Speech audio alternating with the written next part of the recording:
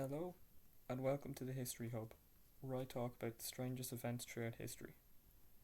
Today, I'll be taking a look at a tragic but darkly humorous event, which was the final casualty of World War One. Death and war go hand in hand. You can't have one without the other. Throughout history, billions have lost their lives in major conflicts all around the globe.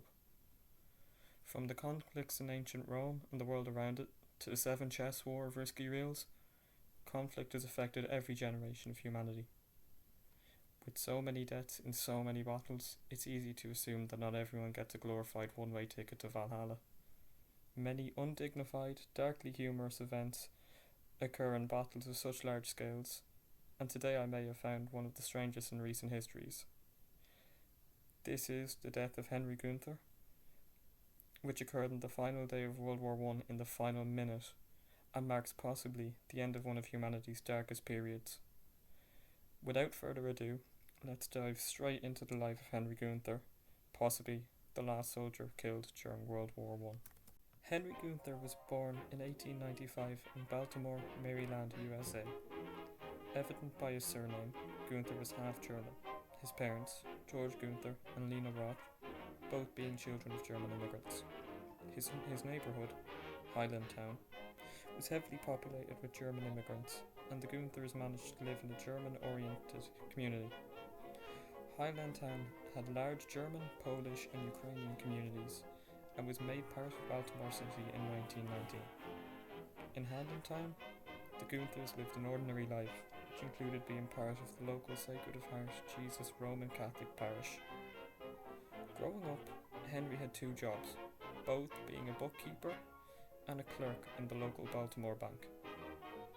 Henry tried to continue living his normal life by the time that Germany had declared war with America in 1917, but he was eventually drafted into the war effort in September of 1917.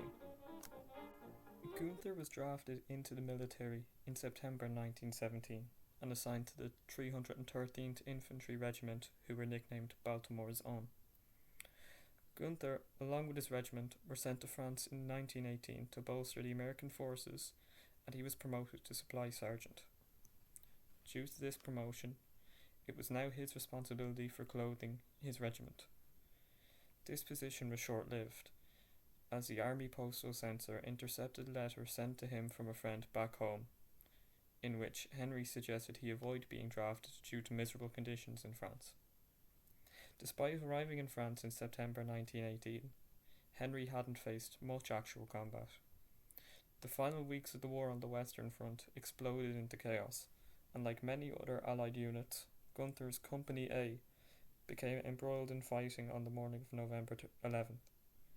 This is the day that marked the end of fighting, with the armistice being in place at 11 a.m. local time. This was also the day that marked the end of Henry Gunther's time on this mortal realm. At 10:59 a.m., 1 minute before the ceasefire was to begin, Henry was in a tough dilemma. Ahead of him were two German machine gunners, both of whom were not firing at Gunther or his squad and were actively trying to move them away. Henry had a choice to make: stay in cover with his squad for a whole 60 seconds and return home to America unharmed, or turn into that one zombie from World War Z. Glancing down at his bayonet, Henry gritted his teeth, let out a howl, and began a sprint to rival Usain Bolt. As the clock ticked down, Henry knew no normal bullet could pierce his skin. He continued his run, determined to show that the sword is mightier than the fully automatic machine gun. The two Germans were in sight. He salivated at the idea of running them through with his blade. He fired 2 shots into the air to show his superiority and continued to run. He was about to make it and regain his lost honour. He was about to make everyone back home proud for avenging his fallen comrades. And then he was promptly turned into German-American equivalent of Swiss cheese. The machine gunners realised it was him or them, and with one loud "Scheisse," they opened fire on the beast of a man charging towards them. In death, Gunther's rank was restored to that of a sergeant. After being buried in France, his body was redug and transported back to America in 1923, and he was buried in a war memorial in Baltimore. 100,016 American men lost their life during World War One, with Gunther being the last official casualty of the Great War. I find this death tragic but strangely funny.